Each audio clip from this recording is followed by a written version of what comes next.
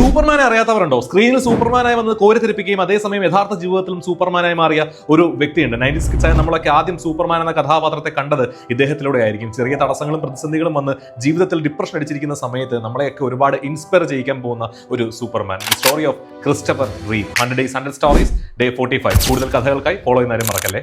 ചെറിയ പ്രായം മുതൽ തന്നെ സാഹസികത ഒരുപാട് ഇഷ്ടപ്പെട്ടിരുന്ന ക്രിസ്റ്റഫർ സിനിമാമോഹം തലയ്ക്ക് പിടിച്ച് ഹോളിവുഡിൽ എത്തിയപ്പോൾ കാത്തിരുന്നത് DC-യുടെ എക്കാലത്തെയും ഏറ്റവും വലിയ സൂപ്പർ ഹീറോ കഥാപാത്രമായിരുന്നു. സൂപ്പർമാന്റെ കഥ ഒരു ബിഗ് ബഡ്ജറ്റ് ക്യാൻവാസിൽ സിനിമയായി പുറത്തു വരുന്ന വിവരം അറിഞ്ഞ് ഓഡിഷനിൽ പങ്കെടുത്ത് തിരഞ്ഞെടുക്കപ്പെട്ട ക്രിസ്റ്റഫർ റീവ് ഒന്നിനു പിറകെ ഒന്നായി തുടരെ 4 സിനിമകളിൽ സൂപ്പർമാനെ അഭിനയിക്കുകയും അതിലൂടെ ലോക ശ്രദ്ധ നേടുകയും ചെയ്തു. ആ ഇടയ്ക്കാണ് അത് സംഭവിച്ചത്. കുതിരയോട്ടത്തിൽ ഏറെ കമ്പം ഉണ്ടായിരുന്ന അദ്ദേഹം 95 മെയ് 27 അമേരിക്കയിലെ വെർജീനിയയിൽ നടക്കുന്ന ഒരു കുതിരയോട്ട മത്സരത്തിൽ പങ്കെടുക്കുകയാണ്. 3 റൗണ്ട് മത്സരം. 2 റൗണ്ടുകൾ കഴിഞ്ഞ് 3ാമത്തെ റൗണ്ടിൽ ചാടിക്കിടക്കേണ്ട ബാരിക്കേഡിന് മുന്നിലെത്തിയപ്പോൾ കുതിര ഒരു സഡൻ ബ്രേക്ക് ഇട്ടു. ആ ഫോഴ്സിൽ ദൂരേക്ക് എടുത്തെറിയപ്പെട്ട ക്രിസ്റ്റഫർ റീവ് തലകുത്തി തിരിഞ്ഞു വീണു. വീഴ്ചയുടെ ആഘാതത്തിൽ കഴുത്തൊടിഞ്ഞു, സ്പൈനൽ കോഡ് തകർന്നു, കഴുത്തിന് താഴേക്ക് തളർന്ന് അദ്ദേഹം കിടപ്പിലായി. ഇനിയൊരു തിരിച്ചുവരവില്ലെന്ന് ഡോക്ടേഴ്സ് വിധി എഴുതി. സ്ക്രീനിൽ വലിയ വലിയ കെട്ടിടങ്ങൾ വരെ എടുത്തുയർത്തിയ സൂപ്പർ ഹീറോ റിയൽ ലൈഫിൽ തന്റെ മൂക്കിന്റെ തുമ്പത്ത് വന്നിരിക്കുന്ന ഒരു ഈച്ചയെ പോലും ഓടിക്കാനാകാതെ കഷ്ടപ്പെട്ടു. പക്ഷേ ക്രിസ്റ്റഫറിന്റെ ഉള്ളിൽ ഉറങ്ങിക്കിടന്ന സൂപ്പർ ഹീറോ അവിടെ ഉണരുകയായിരുന്നു. അദ്ദേഹം പതിയെ തന്റെ ശരീരഭാഗങ്ങൾ ചലിപ്പിച്ചു തുടങ്ങി. 5 വർഷത്തെ പരിശ്രമം. തന്റെ വിൽ പവർ കൊണ്ട് മുന്നോട്ട് പോയ ക്രിസ്റ്റഫർ റീവ് വീൽ ചെയറിൽ ഇരുന്നുകൊണ്ട് ഒരു സിനിമ വരെ സംവിധാനം ചെയ്തു.